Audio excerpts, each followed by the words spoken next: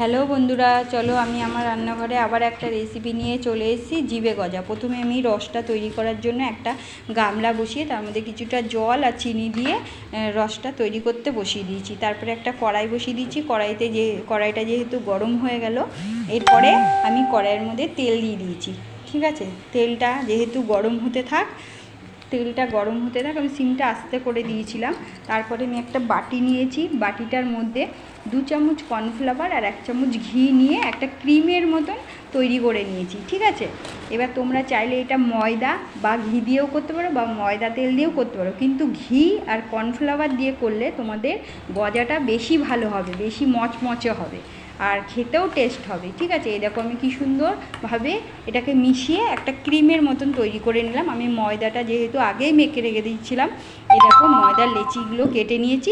এবার আমি লুচি বলো বা রুটি বলো, এরকম পাতলা পাতলা করে লুচির মতন করে আমি এই যে সব বেলে নিয়েছিলাম। বেলে নিয়ে আমি এই যে তোমাদের দেখাচ্ছি। এরপরে দেখো একটা একটা করে আমি রুটির মতন এই যে পিঁড়িতে রেখে রেখে তারপরে ওর উপরেই ওই যে ক্রিমের মতন যে কর্নফ্লাওয়ার আর ঘি দিয়ে যেটা তৈরি করেছি ওটা পুরো রুটির মধ্যে আমি মাখিয়ে নিলাম। এরকম করে করে 7 থেকে 8টা রুটির মধ্যে আমি মাখিয়ে নেব। নেওয়ার পরে আমি এই দেখো সব রুটিগুলোর মধ্যে এক এক করে সব মাখিয়ে নিচ্ছি।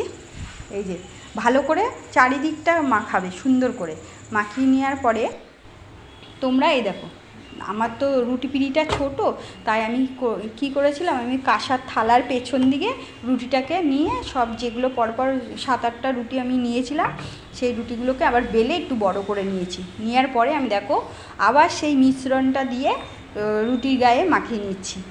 নেওয়ার পরে এই দেখো আমি কীভাবে মাখাচ্ছি দেখো বন্ধুরা, তোমরা যদি এইভাবে দেখে পারফেক্টভাবে করতে চাও, এইভাবে দেখে করে সহজ উপায় তোমাদের ঘরে জিভে গজা তৈরি হয়ে যাবে। এই দেখো প্রথমে আমি এক পাশটা ভাঁজ দিলাম, তারপরে আমি আবার আর এক পাশ এই যে ভাঁজ দিয়ে দিচ্ছি। দেওয়ার পরে আমি এর উপরে আবার এক সাইডে ওই মিশ্রণটা আবার দেবো, কর্নফ্লাওয়ার আর ঘিয়ের মিশ্রণটা আবার দেবো, এক সাইডেই দেবো। দেওয়ার পরে এই দেখো এটাকে খুব বেশি না, অল্প দিয়ে এই দেখো আবার হাত দিয়ে ভালো করে মাখিয়ে নিচ্ছি। এক সাইডেও দিতে পারো, আবার তোমরা চাইলে পুরোটাই মাখাতে পারো, এক সাইডে দিলেও হবে। তারপরে এই দেখো আমি আবার একটা ভাঁজ দিয়ে নিলাম, নিয়ে আমি রুটি বেলনি দিয়ে আবার একটু বেলে ওটাকে বড় করে নিয়েছিলাম। ঠিক আছে, হাত দিয়ে চেপে চেপে যে তারপরে একটু বেলনি দিয়ে বেলে বড় করে নিয়েছিলাম। নেওয়ার পরে এই দেখো কীরকম হয়েছে, দেখো খুব চওড়াও না।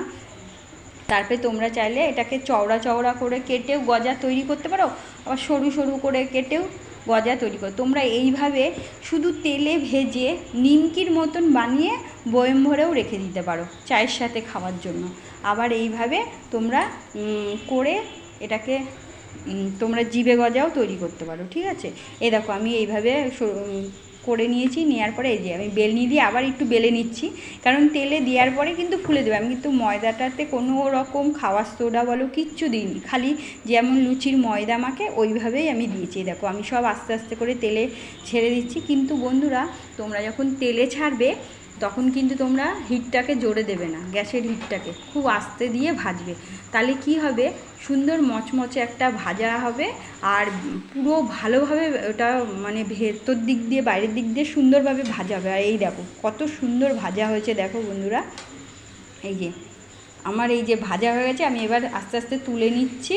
দেখো আর কত হালকা হয়েছে, মানে তোমরা করলে বুঝতেই পারবে যে গজাগুলো খুব একটা ভারী হবে না। ওইভাবে আমি যেইভাবে করলাম এইভাবে যদি তোমরা করো তাহলেই বুঝতে পারবে যে কতটা হালকা টাইপের গজা হয়েছে, আর খেতে এত ভালো হয় তোমাদের আর দোকান থেকে তাহলে খেতে হবে না। আমি রসটা বসিয়েছিলাম, তার মধ্যে কিছুটা আমি গুড়ের বাতাসা দিয়ে দিয়েছিলাম কালারের জন্য, মানে লালচে কালারের জন্য। এই দেখো এবার রসটা হালকা ঠান্ডা থাকবে যখন বন্ধুরা, উষ্ণ গরম যেটাকে বলে, সেই টাইমটাতেই তোমরা গজাগুলো দিয়ে এপিট ওপিট করে তোমরা একটা অন্য জায়গায় তুলে নেবে। গজাগুলো কিন্তু রসের মধ্যে ভিজিয়ে রাখবে না, তাহলে নরম হয়ে যাবে।